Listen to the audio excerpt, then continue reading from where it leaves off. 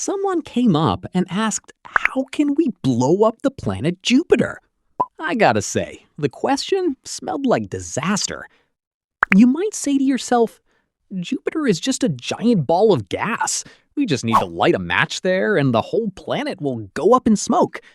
No, my friends, I have to tell you that physics won't easily let us destroy the king of the solar system. As you know, Jupiter is a gas giant consisting of 75% hydrogen and 24% helium, with a mass of about 1.9 times 10 to the 27 kilograms. Hydrogen is the exact same gas used in hydrogen bombs, and it also keeps the sun shining. Helium, well, never mind that. It's a noble gas. The question here is, so why doesn't Jupiter just spontaneously explode and burn? Factoring out helium as a noble gas and setting it aside because of its completely full electron shells and its lack of reaction with anything in the universe, we move on to hydrogen. This hydrogen is incredibly reactive and only needs oxygen and a spark. According to the stoichiometry of the hydrogen combustion reaction, for 2 hydrogen molecules to burn, we need 1 oxygen molecule and an energy source, like a match or a lighter. If this fire triangle is provided, burning this element releases a massive amount of energy. But what is the problem with this ocean of hydrogen on Jupiter when it comes to combustion? Oxygen is the key to solving this mystery, something that simply isn't defined for the planet Jupiter. Since the atomic mass of hydrogen is 1 and the atomic mass of oxygen is 16, to blow up that 75% of Jupiter's hydrogen through chemical combustion, we would need to find oxygen equivalent to 6 times the mass of Jupiter itself from somewhere in the cosmos and inject it into the planet.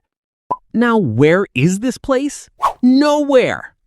So we conclude that since we don't have access to such a massive amount of oxygen, lighting millions of matches or incendiary bombs on Jupiter is exactly like lighting a match in the Mariana Trench. It will instantly go out. Now that chemistry isn't working, let's turn to nuclear physics. Thanks to its gravity of 274 meters per second squared, our sun smashes hydrogen atomic nuclei together, producing helium and a colossal cosmic energy that keeps it shining for thousands of years, while Jupiter is left as a failure. Why? Because its gravity is only about 25 meters per second squared, which is much less than the sun's gravity, so it can't smash its hydrogen atoms together fast enough to release helium and energy. This means that even if we detonated the most powerful nuclear bomb, the Tsar Bomba, inside Jupiter, its energy would just fade away in the endless ocean of Jupiter's gases and couldn't trigger a chain reaction. Alright, so far neither chemistry nor atomic bombs have worked, but we promised to find ways to destroy Jupiter. Let's push the particles of this planet so far apart that they can never pull themselves back together under that same low gravity of Jupiter. But how much energy do we need to do this? The formula to calculate this energy for a gas sphere like Jupiter is this. It's called gravitational binding energy, where in this formula, G is the universal gravitational constant, M is the mass of Jupiter, and R is the radius of Jupiter. By calculating this energy, we arrive at a ridiculously weird number. 2 multiplied by 10 to the power of 36 joules! To generate this much energy, you would have to gather all the energy the sun produces over 170 years into a single second and detonate it inside Jupiter. No human-made weapon has even come close to a billionth of this number, my friend. It's possible, not that it isn't, but, well, it's just a whole lot of energy. There are other solutions too, like using 11 trillion tons of antimatter, because the collision of matter and antimatter produces an insanely massive amount of energy.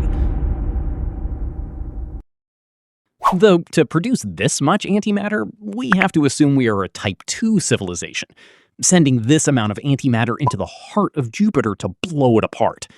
I should also mention that this would produce so much light and heat that it would completely light up the entire Milky Way galaxy for a while. I also have to add that we humans, right now, by spending billions of dollars over the next thousands of years, might only manage to create 1 gram of antimatter in CERN's facilities. So, in the end, assuming we are a Type 2 civilization, we managed to shatter Jupiter using science. What is your proposed method for blowing up Jupiter? Using a black hole gun? Arthur C. Clarke's idea in the Odyssey 2 book? A stellar laser beam? By the way, what do you think would happen to us humans if Jupiter actually exploded in reality? Maybe it's better to ask, what would happen if Jupiter exploded?